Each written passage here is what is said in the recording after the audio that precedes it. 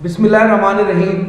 بیٹا جی ہم سبق علی بخش کے ایکسرسائز کا سوال نمبر 9 کرنے لگے ہیں کہ در ذیل اقتباس کی بحوالہ متن تشریح کیجیے اور خط کشیدہ الفاظ کے معنی لکھیے۔ خط کشیدہ کا مطلب ہوتا ہے جن کے نیچے خط کھینچا گیا، جن کے نیچے لائن لگائی گئی ہو۔ تو اقتباس بیٹا ہمارے سامنے یہ ہے کہ اب علی بخش کا ذہن بڑی تیزی سے اپنے مرکز کے گرد گھوم رہا تھا اور وہ بڑی سادگی سے ڈاکٹر صاحب کی باتیں سناتا جاتا تھا۔ ان باتوں میں قصوں اور کہانیوں کا رنگ نہیں بلکہ ایک نشے کسی کیفیت ہے۔ جب تک علی بخش کا یہ نشہ پورا نہیں ہوتا غالباً اسے ذہنی اور روحانی تسکین نہیں ملتی۔ صاحب، جب ڈاکٹر صاحب نے دم دیا ہے میں ان کے بالکل قریب تھا۔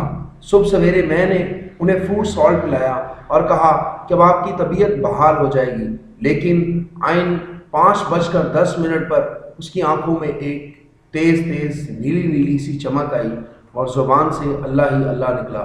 میں نے جلدی سے ان کا سر اٹھا کر اپنے سینے پر رکھ لیا اور انہیں جھنجھوڑنے لگا، لیکن وہ رخصت ہو چکے تھے۔ تو بیٹا اس میں جو ورڈ ہے نا وہ یہ 4 ورڈ میں نے دیکھے انڈرلائن، یہ خط کشیدہ ہے، جن کے نیچے خط کھینچا گیا ہے۔ تو پہلا لفظ یہ ہے تسکین، پھر ہے دم دینا، اس کے بعد جھنجھوڑنا اور رخصت ہو جانا۔ بیٹا جی اس اقتباس کی تشریح کرتے ہوئے میں جن باتوں کو ذہن میں رکھنا ہے نا وہ یہ والی باتیں جو میں نے انڈرلائن کی ہوئی ہے کہ اب علی بخش کا ذہن بڑی تیزی سے اپنے مرکز کے گرد گھوم رہا تھا۔ اس کا مطلب کیا ہوگا بھلا کہ اس کی مصنف سے ملاقات اور علامہ اقبال کی باتیں، اور اب وہ ان باتوں کو یاد کر رہا ہے۔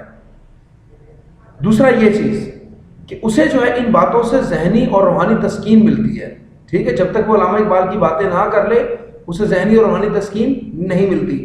یعنی یہ بھی بیٹا ایک وفاداری کا تقاضا ہے کہ جس کے آپ وفادار ہیں تو پھر باتیں بھی آپ اسی کی کریں گے، کیونکہ اس سے آپ کو سکون ملے گا۔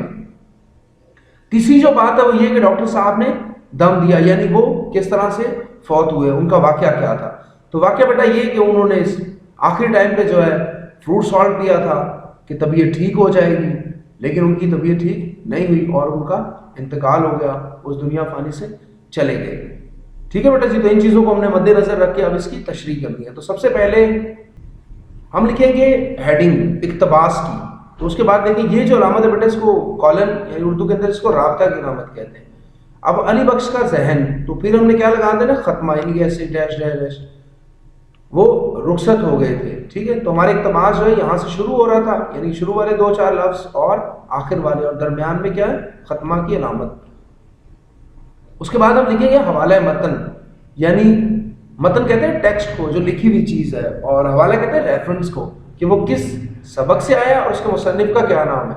تو سب سے پہلے بیٹا دیکھیں یہاں پہ حوالہ متن میں ہم کیا لکھیں گے، سبق کا عنوان۔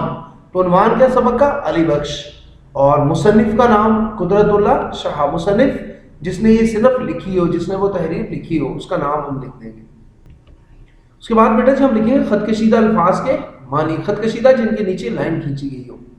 تو پہلا لفظ تسکین، تو یہ سامنے اس کے معنی لکھ دیں گے ہم، سکون، تسلی، کم از کم ایک معنی ضرور لکھنا ہے، ایک سے زائد آتے ہو تو وہ لکھ دیجیے گا۔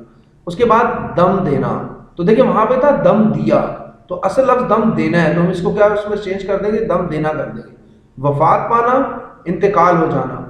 اس کے بعد جھنجھوڑنا، جھنجھوڑنا بیٹا ہوتا ہے زور زور سے ہلانا، اور رخصت ہونا، چلے جانا، روانہ ہو جانا۔ اس کے بعد بیٹا جی ہم نے ہیڈنگ دینی ہے تشریح اقتباس، یعنی یہ جو اقتباس ہے پیراگراف اس کی تشریح۔ تو تشریح بیٹا کرتے ہوئے ہم نے یہ ذہن میں رکھنا ہے کہ ہم نے تھوڑا سا سیاق و سباق بھی لکھنا ہے، یعنی جو اقتباس ہے نا وہاں پہ اس سے پہلے کی 2-4 باتیں لکھنی ہیں اور اس کے بعد کی بھی کچھ باتیں لکھنی ہیں، ٹھیک ہے، تبھی اس کی وضاحت ہو سکے گی۔ تو تشریح اس کی کیا بنے گی، خواجہ عبدالرحیم نے مصنف قدرت اللہ شہاب کی ملاقات علی بخش سے کروائی۔ دیکھیں بیٹا یہ جو میں نے لکھا ہے یہ اس اقتباس کی بات نہیں ہے، لیکن میں نے کیا بھی آپ کو بتایا کہ آپ نے سیاق و سباق بھی تھوڑا سا لکھنا ہے، تو یہ وہیں سے ہوگا۔ علی بخش کو لہل پور میں علامہ اقبال کی خدمات کے صلے میں 1 مربع زمین الاٹ ہوئی تھی، جس پر کچھ شریر لوگ ناجائز طور پر قابض تھے۔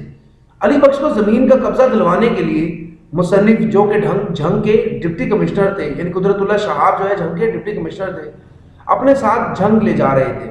تو یہاں تک دیکھیں باتیں جو ہیں یہ بیٹا جی کیا ہے کہ یہ پہلے والی باتیں ہیں، مطلب اس اقتباس کا ان باتوں سے کوئی تعلق نہیں ہے، لیکن اس کی وضاحت کے لیے ان باتوں کا کرنا بہت ضروری ہے۔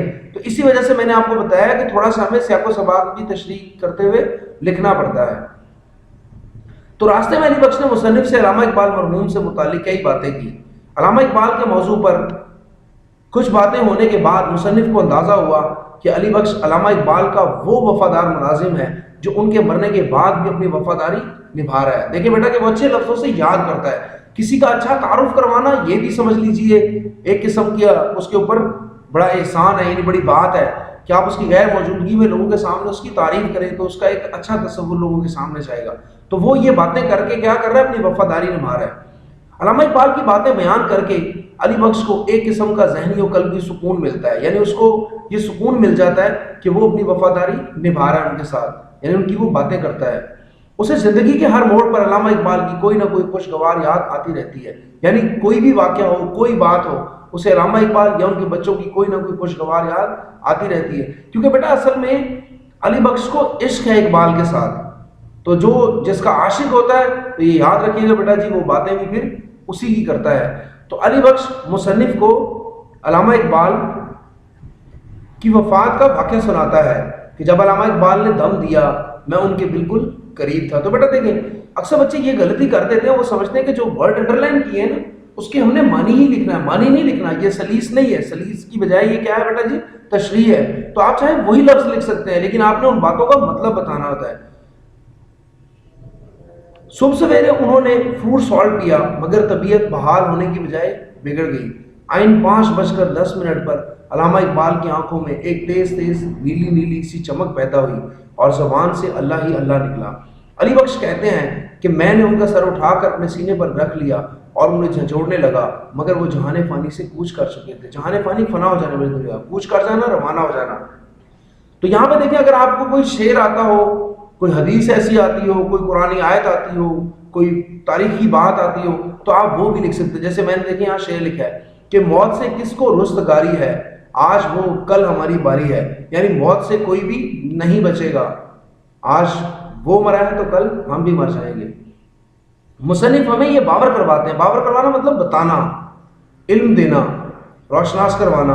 تو مصنف ہمیں یہ باور کرواتے ہیں کہ علی بخش علامہ اقبال کا واقعی ایک مثالی ملازم تھا. اس کی وفاداری کا یہ عالم تھا کہ وہ ذاتی مفاد پر علامہ اقبال اور پھر ان کے بچوں کے مفاد کو ترجیح دیتا تھا، یعنی وہ اپنا فائدہ نہیں سوچتا تھا. ٹھیک ہے. تو یہ بھی دیکھیں بیٹا جی یہ بات کی باتیں ہیں کہ جب وہ یہ بات کرتا ہے کہ اگر میں بار بار جو ہے لال پور جاتا ہوں تو جاوید کا نقصان ہوتا ہے، تو وہ یہ ساری چیزیں ظاہر کرتی ہیں کہ وہ اپنا فائدہ نہیں دیکھتا تھا بلکہ اقبال کا اور اس کے بعد اقبال کے بعد ان کے بچوں کا مفاد دیکھتا تھا. تو امید ہے بیٹا جی آپ کو سمجھ آ گئی ہوگی کہ تشریح جو اقتباس کی کس طرح کرنی ہے. تو آپ اس کو پلیز لکھ بھی لیجئے گا، اس کی پریکٹس بھی کیجئے گا. تو آج کا کام ہمارا اتنا ہی ہے. اللہ